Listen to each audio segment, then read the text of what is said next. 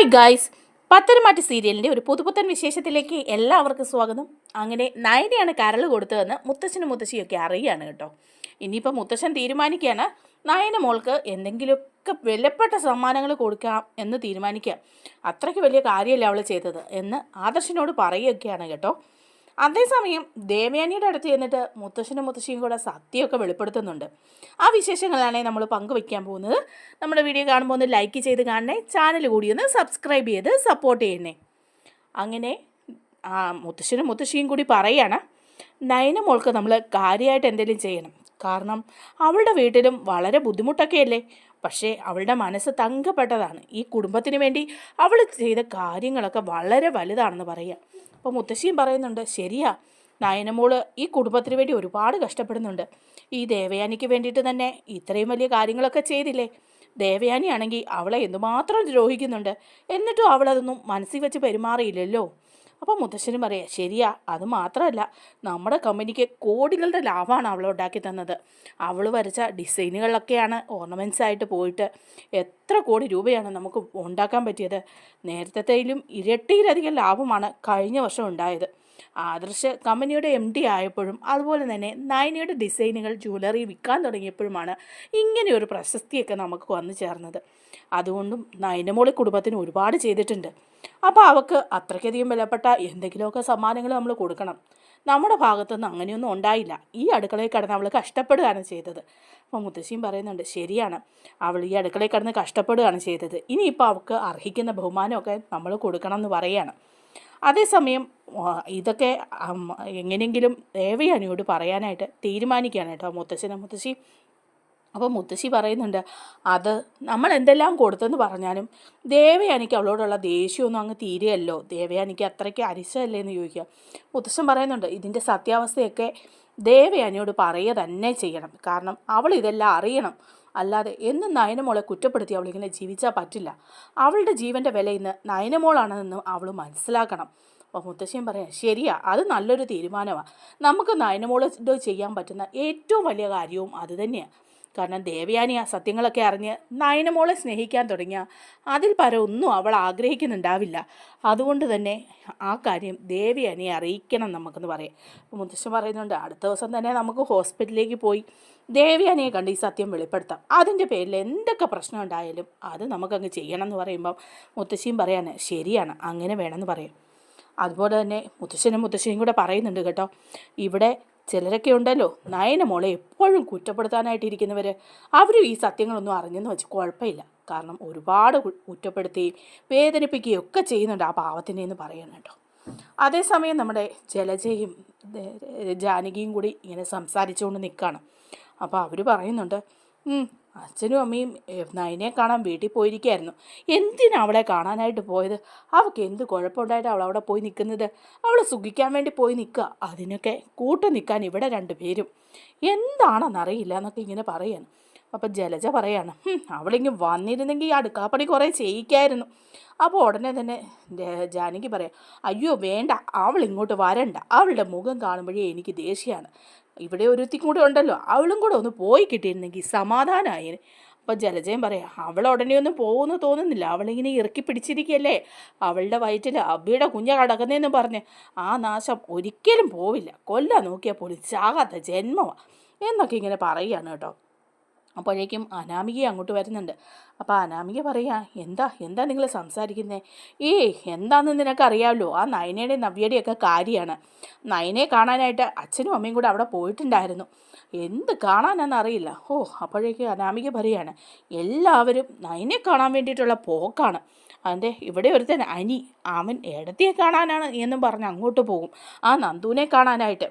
എന്ത് ചെയ്യാനാ, ഇപ്പോൾ അവൾ അവിടെ പോയി നിൽക്കുന്നതുകൊണ്ട് എനിക്ക് കൂടുതൽ സൗകര്യമായി, എപ്പോഴും അങ്ങോട്ട് ചെല്ലാമല്ലോ എന്നൊക്കെ ഇവരിങ്ങനെ സംസാരിച്ചുകൊണ്ട് നിൽക്കുമ്പം മുത്തശ്ശനും മുത്തശ്ശിയും കൂടെ അങ്ങോട്ട് വരികയാണ്. അപ്പോൾ ഉടനെ തന്നെ ജലജ ചോദിക്കുക, അച്ഛനും അമ്മയും നയനെ കാണാൻ പോയിട്ട് എന്തുണ്ട്, അവളവിടെ സുഖമായിട്ടിരിക്കുന്നോ? അപ്പോഴേക്കും മുത്തശ്ശൻ പറയാണ്, മോൾക്ക് അത്ര സുഖമൊന്നുമില്ല, അവൾക്ക് ഇവിടുന്ന് മാറി നിൽക്കുന്നതിൻ്റെ വിഷമമൊക്കെ ഉണ്ട്.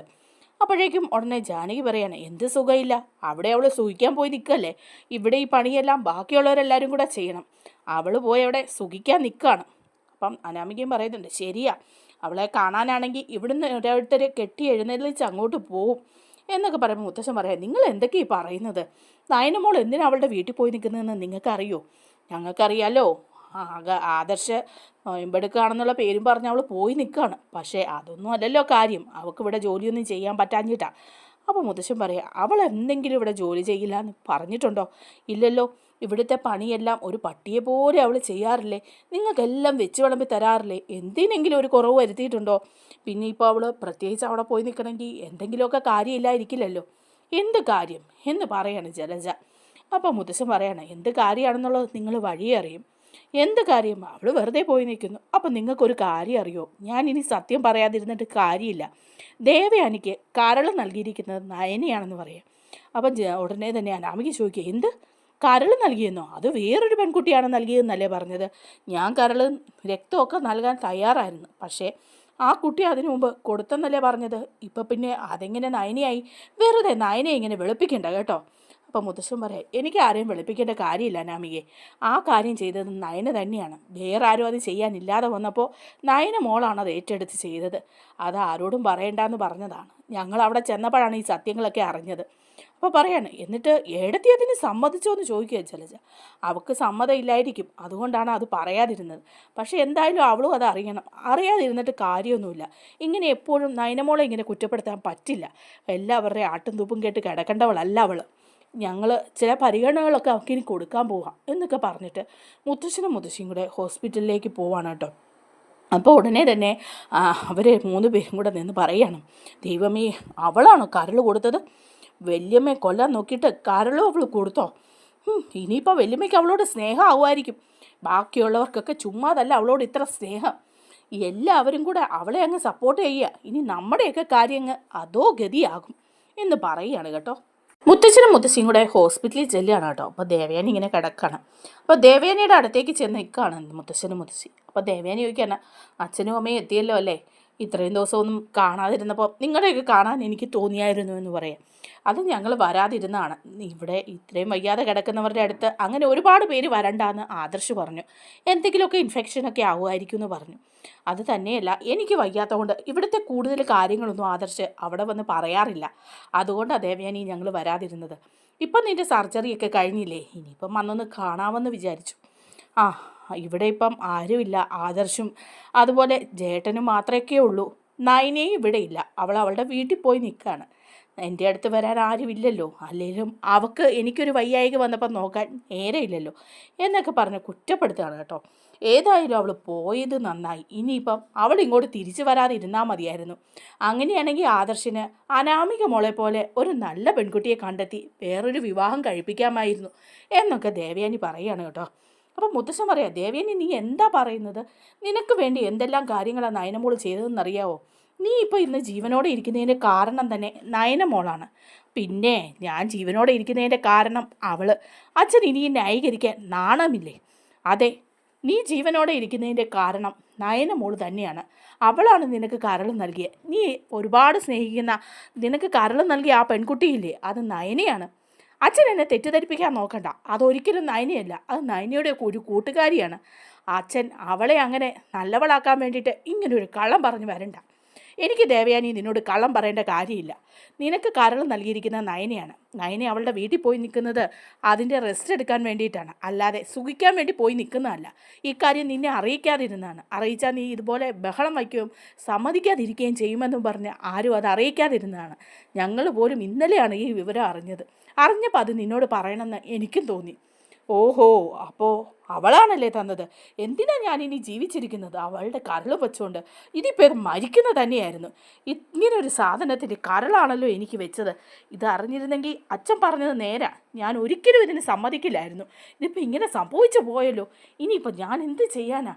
ദൈവമേ, ഇത് ഭേദം ഞാൻ മരിക്കുന്നതായിരുന്നു എന്നൊക്കെ ദേവയാനി പറയുമ്പോഴേക്കും മുത്തശ്ശൻ പറയാണ്, ദേവയാനി, നിൻ്റെ അഹങ്കാരം കൊണ്ടാണ് ദേവയാനി നിനക്കിത് സംഭവിച്ചത്.